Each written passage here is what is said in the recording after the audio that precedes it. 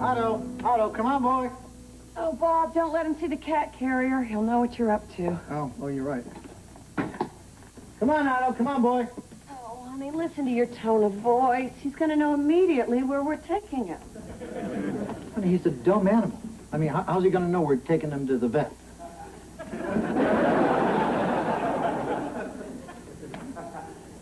I wonder if I could teach him to play chess.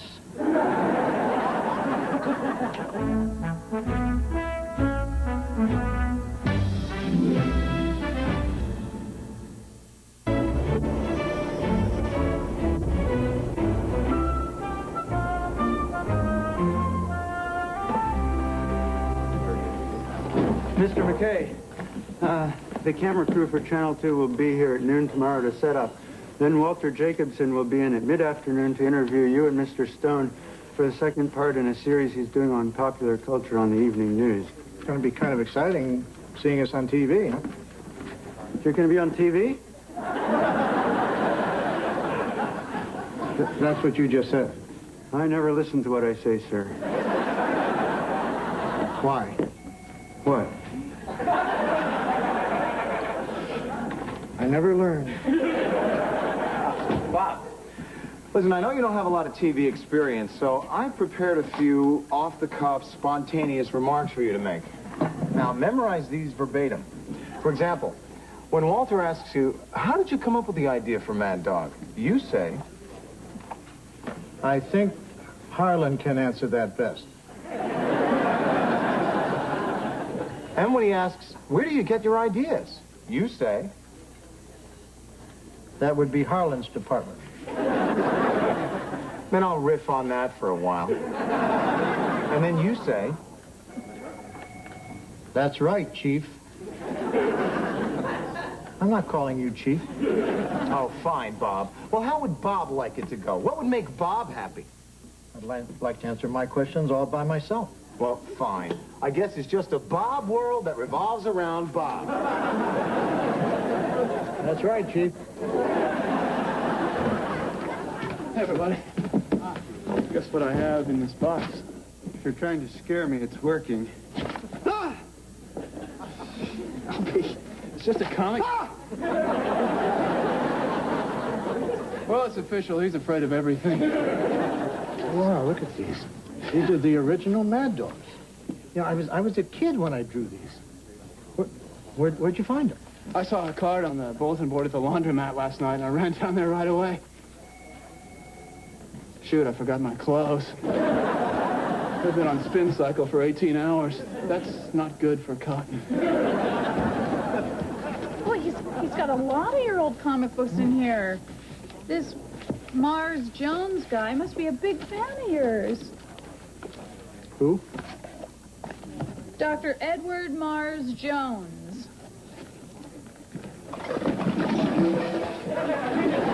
Yes, that's right. Chad got the comic books from Dr. Edward Mars Jones. You want me to move this? Oh. That must be a coincidence. The Dr. Edward Mars Jones I knew single-handedly ruined the comic book industry and damn near destroyed my career. He wasn't a comic book collector. He was a censor. He blamed comic books for everything from juvenile delinquency to the fall of China. He had this crazy theory that we were trying to hide drawings of naked women in the comics, like on this Buick in the issue number 7. Yeah, I see her. Ooh la la. There's no one there. It's just a fender. I lost my job because of that. And I was dragged in front of the Senate subcommittee like some common criminal. All because you drew a naked woman on a Buick? I never drew a naked woman. But you were blacklisted just because they thought you did? That's the way it was back in those days. Anything that was even remotely suggestive was condemned. But your father broke down those barriers to give us the freedoms we now enjoy. So that today, a little Italian-American girl named Madonna can sell 500,000 copies of a book called Sex in one day. You know, Madonna should get down on her knees and thank you, Bob.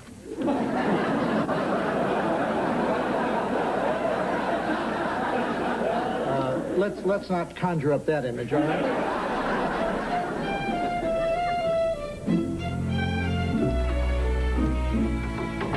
Oh, what are you guys going to watch? Those old movies with me in my grass skirt singing the Hooky Love song? No, Trish, actually, we're going to watch me being dissected by the Senate Subcommittee on Juvenile Delinquency in Comic Books. Want some popcorn, honey? Hey, I'm not watching this for entertainment value. I'm trying to make peace with... Oh, cheese butter. Boy, Dad, you've got such history. I mean, you've accomplished so much. And look at me, what have I done? Heck, by the time you were my age, you'd already been blacklisted. Well, you know, it was an era of opportunity. Honey, want to get the lights?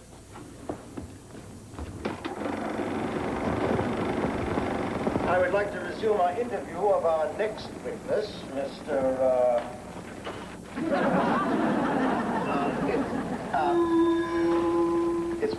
It's Mackay, Senator Robert Mackay. Dad, you're such a babe. Terrified. It was a horrible experience for your father. Yeah, but the goatee is so cute. Yeah, the chicks really dug it. Conducting our questioning, the director of the Childhood Institute of Research, the eminent Oxford professor, Dr. Edward Mars Jones. Well, there he is.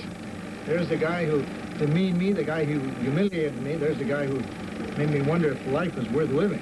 Ouch, we're trying to listen. Oh, I'm sorry. Can I have some more popcorn? Thank you, Senator. Mr. Mackay, you are quoted as saying that in your opinion, excuse me, but have you any degrees in child psychology? No, sir. No, I haven't. Indeed. You were saying, in your admittedly uninformed opinion, that a child reading these tales of graphic violence and unrepentant sexuality would not be affected in a lasting way? Absolutely not. They're just comic books. They don't affect anybody. They're just fun. So you're saying that this character, who's being plunged into a vat of boiling acid, is having fun? Well, no. See, he's a bad guy. Tell me, Mr. Mackay, do you feel a child's time might be better spent reading the words of, say, Charles Dickens, or reading your Mad Dog comics? Well, Dickens, of course, but that's kind of a false analogy. You know, that's like asking me if I beat my wife last night. Please, let's not bring that poor woman into this. Now, in your comic books, have you ever suggested... Wait a minute. If I may, could the record show that I did not beat my wife last night? Let the record show that the witness claims that last night was not one of the nights on which he beat his wife. Proceed, Doctor. He didn't. I know, Mom. Well, have you ever, in your comic books, suggested that children not read your comics in lieu of great works of literature? No. I mean, yes. Huh? You're dying, Dad. Let the record show that the witness has admitted to encouraging children to scorn great works of literature in favor of comic books. No, I didn't. I just want to say that our stories, they always had a moral. You know, the bad guys got caught, and the good guys, they triumphed. So you're saying children can actually learn positive lessons from your comic book? Yes. Earlier you said you didn't believe that reading a comic book could affect a child in any way, so you're now changing your testimony? Well, just forget what I said earlier. Let the record show that the witness is disavowing earlier testimony, that he felt comic books could not have a lasting harmful effect on a child. No. I mean, yes. Huh?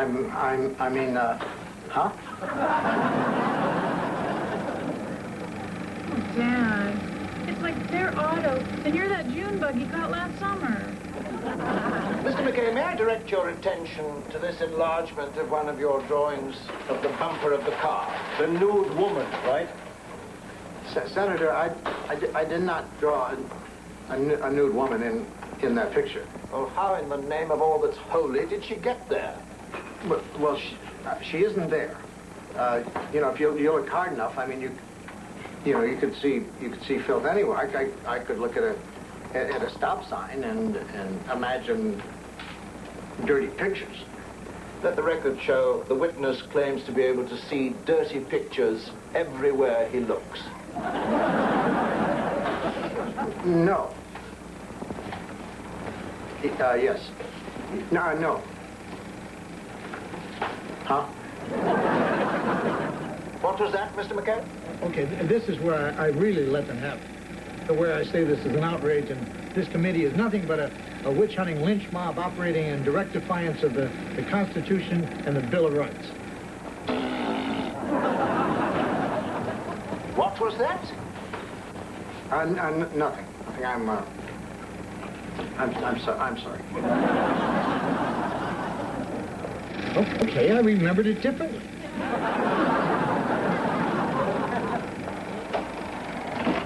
So what happened then?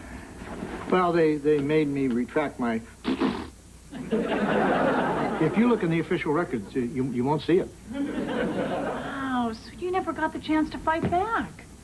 Well, that must have left you with a lot of unresolved feelings. I don't know. Time passes, you forget. I mean, I've had a good life. I've got you and Mom. You know, maybe I should be grateful to them for having such a good life. I mean, who knows how my life would have turned out if I hadn't been blacklisted. Where are you going? To punch that sucker in the nose. You want to come?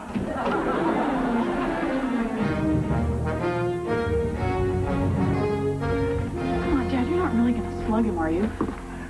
Honey, I don't know what I'm going to do. I just know it's my turn to say all the things I've been waiting all these years to say. He's the worst kind of villain. He's a bully and a bigot, a living violation of all the liberties we hold most dear.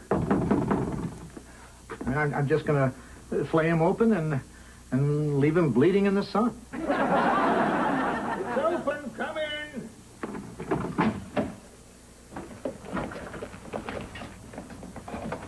Can I help you?